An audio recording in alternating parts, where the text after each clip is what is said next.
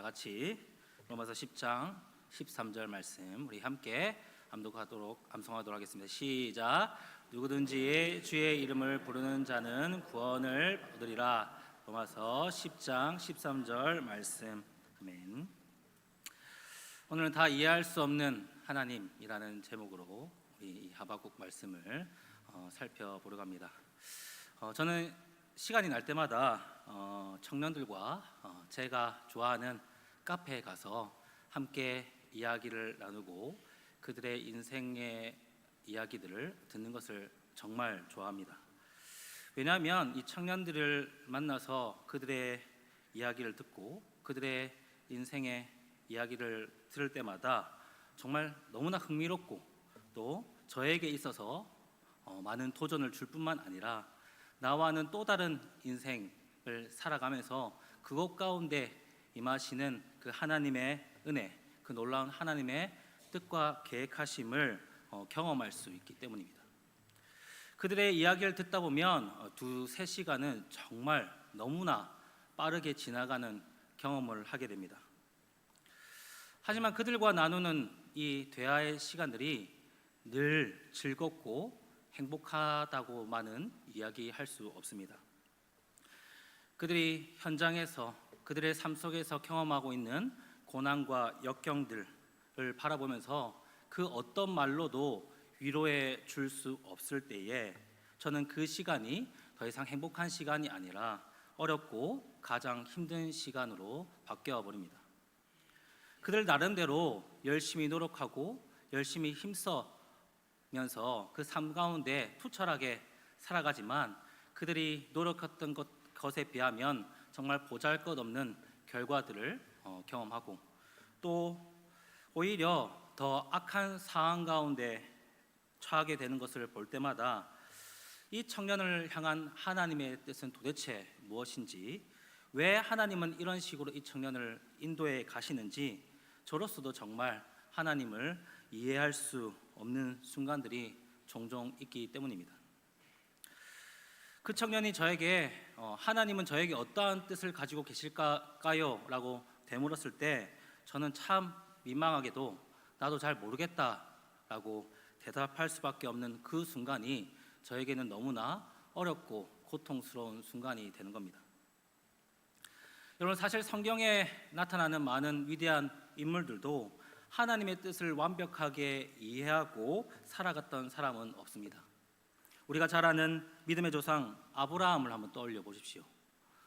어렵게 얻은 아들을 주실 때는 언제고 하나님은 갑작스럽게 그 아들을 바치라고 하셨을 때 과연 아브라함이 이 하나님의 뜻을 얼마나 이해할 수 있었겠습니까? 마찬가지로 어느 날 갑자기 애굽으로 팔려간 요셉을 한번 떠올려 보십시오. 정말 사랑받는 아들에서 갑작스럽게 애굽에 팔려갔을 때 이 요셉은 얼마나 하나님의 뜻을 이해할 수 있었겠습니까? 그렇다면 여러분들은 어떻습니까? 여러분들은 지금까지 살아가면서 하나님의 뜻을 어느 정도 이해하며 살아오셨다라고 생각하십니까? 여러분들 앞에 놓여 있는 수많은 어려움들과 문제들을 보면서 여러분들은 하나님의 뜻을 충분히 이해하고 살아가고 계십니까? 저도 매번 느끼지만 하나님의 뜻을 이해한다는 것은 참 어려운 일인 것 같습니다. 아무리 뛰어난 믿음을 가진다라고 할지라도 하나님의 뜻을 완전히 이해하기란 너무 어렵게만 느껴집니다. 오늘 하박국 선지자도 마찬가지입니다. 그도 하나님의 뜻을 다 이해할 수 없었습니다. 우리가 지난 하박국 선지자의 이야기, 하박국의 본문을 통해 알 수 있었듯이 그는 공의와 정의가 실행되지 않는 이 유다 사회를 보면서 하나님께 공의와 정의를 실행해 달라고 그렇게 간절하게 호소했습니다. 그러나 하나님께서는 이 하박국의 간절한 호소에도 불구하고 오랜 기간 동안 침묵하셨습니다. 그럼에도 불구하고 하박국은 기도하기를 포기하지 않았습니다. 그는 끝까지 이 기도의 자리에서 자신의 자리를 지키며 하나님께 이 악인에 대한 심판을 요구하기를 그치지 않았습니다. 그리고 결국 드디어 하나님께서 응답하셨을 때 하나님은 이 바벨론을 일으켜 이 이 유다를 심판하시겠다라고 말씀하셨습니다. 정말 어렵게 들은 하나님의 응답이었습니다. 그런데 하나님의 응답을 듣자마자 하박국은 또다시 문제에 빠지기 시작했습니다. 그렇게 인내하면서 기도의 자리를 지키면서 얻어낸 하나님의 응답을 하박국은 이해할 수 없었기 때문입니다. 물론 유다가 심판받아야 마땅한다는 사실은 이 하박국 선지자도 인정할 수밖에 없었습니다. 그만큼 유다 사회는 정치, 경제, 종교 할 것 없이 너무나 부패한 상태에 있었기 때문입니다. 그러나 하박국은 하나님께서 이 유다를 심판하실 때 이 바벨론을 도구로 사용하셔서 유다를 심판하시겠다라는 이 뜻은 이 하박국이 이해할 수 없었습니다. 왜냐하면 하나님이 직접 이 유다를 심판하셔도 되지 않겠습니까? 굳이 다른 나라를 통해서 다른 나라를 심판의 도구로 사용하셔서 이 유다를 심판하신다면 하나님의 백성으로서 정말 치욕스러운 일이었을 뿐만 아니라 특히 다른 나라를 심판의 도구로 사용하셔서 이 유다를 심판하시겠다고 한다면 적어도 유다보다는 선한 민족이 심판자가 되어서 이 부패한 유다를 심판할 수 있어야 합리적이지 않겠습니까? 따라서 상식적으로 보면 이 바벨론이 유다를 심판하는 심판자가 된다는 것은 정말 인정할 수 없는 사실이었습니다. 하박국은 유다보다 결코 정말 잘난 것이 없는 바벨론을 심판의 도구로 사용하셔서 유다를 심판하는 심판자로 사용하셔서 하나님께서 이 유다를 치시겠다, 징계하시겠다라는 이러한 하나님의 뜻을 전혀 이해할 수 없었던 것입니다. 여러분 하박국 1장 9절에서 11절까지 말씀을 보시면 이 바벨론이 얼마나 파렴치한 악인들인지 하나님께서 직접 자세하게 묘사하고 있습니다. 9절을 보면 그들은 다 강포를 행하러 오는데 앞을 향하여 나가며 사람을 사로잡아 모으기를 모래같이 많이 하며 10절을 보면 왕들을 멸하고 방백들을 조소하며 11절에서는 자기들의 힘을 자기들의 신으로 삼는 자들이라고 그렇게 말씀하고 있습니다.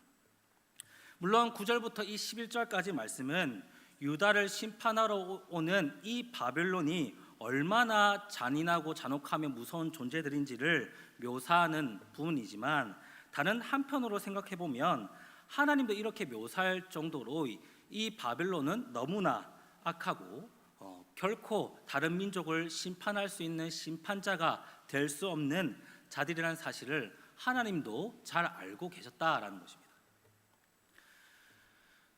따라서 하박국의 입장에서는 정말 너무나 유다보다 악한 자들이었던 이들이 저 반대편에서부터 침략하고 승승장구해서 유다까지 침략해 올 수 있다는 사실도 정말 너무나 당혹스럽고 또 당장 그들을 심판하시기보다 오히려 이 유다를 심판하시기 위해 이 바벨론을 심판자로 사용하시는 것도 하박국은 이해할 수 없었던 겁니다. 굳이 극단적으로 비유하자면 하나님께서는 빵 하나를 훔친 사람을 심판하기 위해서 징계하기 위해서 살인범을 도구로 사용하셔서 벌하신다고 한다면 그것이 정말 공의롭다고 우리가 생각할 수 있겠습니까? 그 누구라도 그러한 상황은 쉽게 받아들일 수 없을 것입니다. 그렇다면 이제 믿음의 선지자 이 하박국은 어떻게 반응해야 하겠습니까? 하나님의 뜻은 결코 이해할 수 없다고, 하나님의 뜻은 잘못되었다고 불순종하며 불평하며 해야 되겠습니까? 놀랍게도 오늘 말씀을 보면 하박국은 두 가지 반응을 보이고 있습니다. 그 첫 번째 반응은 무엇이냐면 하박국은 먼저 조금도 꾸밈 없이 있는 그대로 자신의 생각을 하나님께 토로하고 있다라는 겁니다. 여러분들은 어떻게 학창 시절을 보내는지를 잘 모르겠지만 저는 참 반항적인 아이였습니다. 특히 부모님에게 반항적이었습니다. 부모님이 무슨 말만 하면 그건 아니다, 상관하지 마라, 내 마음대로 할 기다, 신경 꺼라, 이런 말을 진짜 입에 달고 살았습니다. 여러분 보시기 어떻습니까? 딱 봐도 그런 모습이 남아있지 않습니까? 너무 그렇게 끄덕이지 마시고요. 하지만 제가 그렇게 반응한 것은 부모님의 모든 말이 다 싫어서 그런 것이 아니었습니다. 그렇게 말할 수밖에 없는 부모님의 입장을 이해할 수 없었기 때문입니다. 만약 부모님이 내 입장이 조금만 대보았다면 그렇게 말할 수 없었을 텐데, 그렇게 판단할 수 없었을 텐데 하는 그런 아쉬움과 섭섭함이 있었던 겁니다. 오늘 12절에서 17절까지 말씀에서 하박국이 보이는 이 태도는 이와 비슷합니다. 아버지께 반항하는 청소년기의 아들과 같은 모습으로 하나님께 호소하고 있습니다. 쉽게 말해서 하나님께 막 따지고 있습니다. 어떻게 그러실 수 있냐며 조목조목 하나부터 열까지 말대꾸를 하고 있다라고 할 수 있습니다. 그런데 여러분, 사실 이 구약의 관점에서 보면 하박국은 하나님께 이렇게 따질 수 없는 처지였습니다. 구약에서 하나님은 우리가 그렇게 늘 받아들여 왔듯이 하나님은 그렇게 편하신 분이라고 이야기할 수 없습니다. 자칫 잘못했다가 죽을 수도 있지 않습니까? 하나님께 따지고 대드는 것이 어떻게 보면 참 불경스럽고 또 죽을 수도 있는 행동이었지만, 이 하박국은 얼마나 그거에 대해서 화가 났던지 하나님이 어떻게 그러실 수 있냐며 하나님 앞에 따지고 있습니다.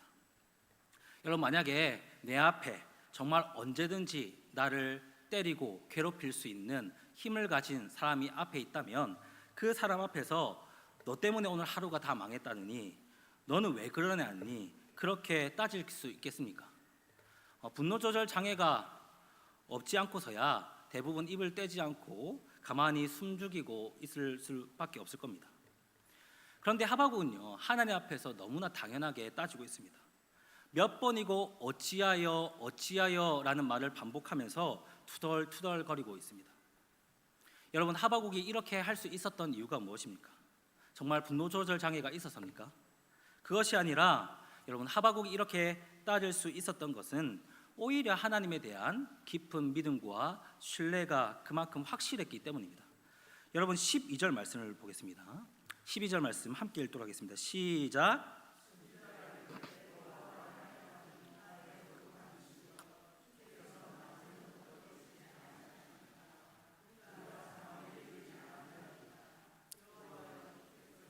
네, 거기까지 읽겠습니다. 네, 여러분, 하박국이 이해하고 믿고 있는 하나님은 바로 오늘 이 12절의 말씀처럼 나의 하나님, 그리고 나의 거룩한 하나님으로서 만세전부터 계시면서 그의 자녀들을 결코 사망에 이르게 하지 않는 분, 하박국이 이해했던 하나님은 사랑의 하나님을 제대로 믿고 있었던 겁니다. 이런 하나님에 대한 믿음에 대한 신뢰의 기초로 어떻게 해서든 이 하박국은 하나님의 뜻을 이해하기를 원했고, 그리고 또한 덧붙여서 하박국은 그 누구보다 하나님의 말씀을 순종하려고 했던 겁니다. 하박국은 하나님께 따지고 들고서도 하나님을 이해하려고 했고, 또한 이 이해를 바탕으로 그 누구보다 정말 순종하려고 애썼던 사람입니다.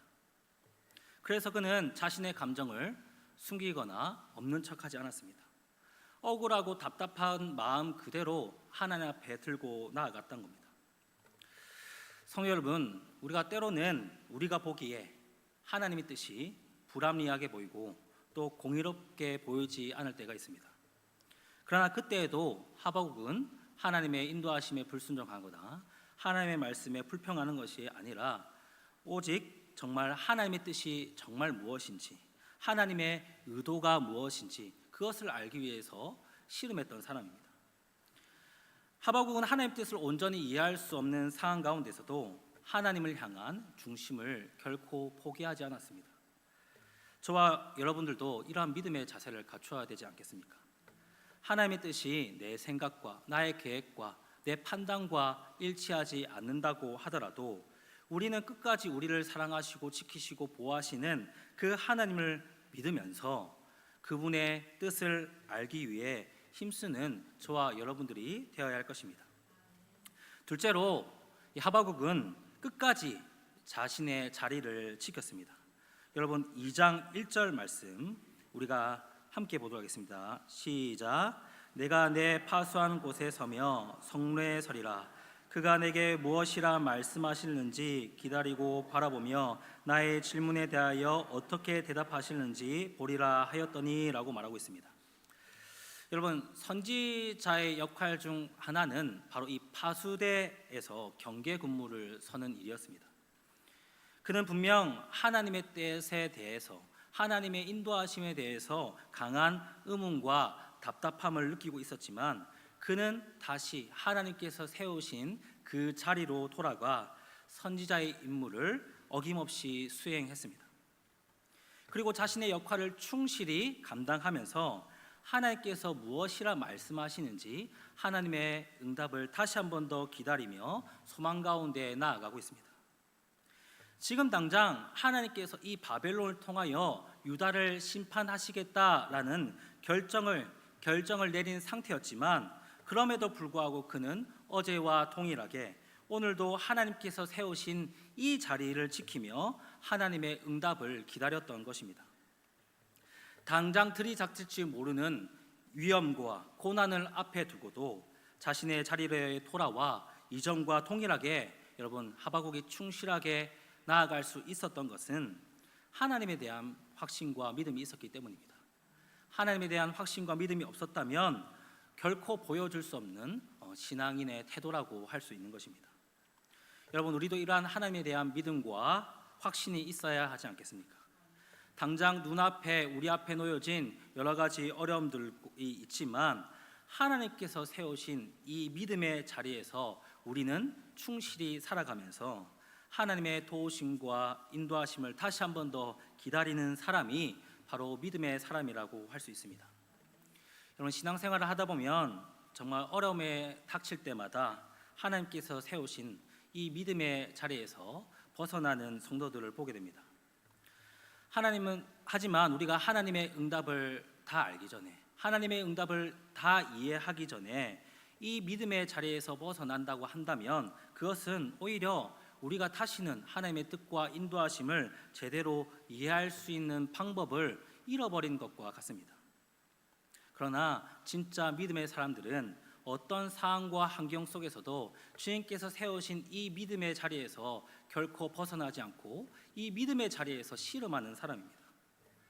이 믿음의 자리에서 우리가 벗어나지 않고 하나님의 이름을 부르며 씨름할 때에 우리는 진짜 하나님의 뜻을 이해할 수 있고 하나님께서 인도하시는 방향에 대해서 조금은 더 선명하게 반응할 수 있는 겁니다.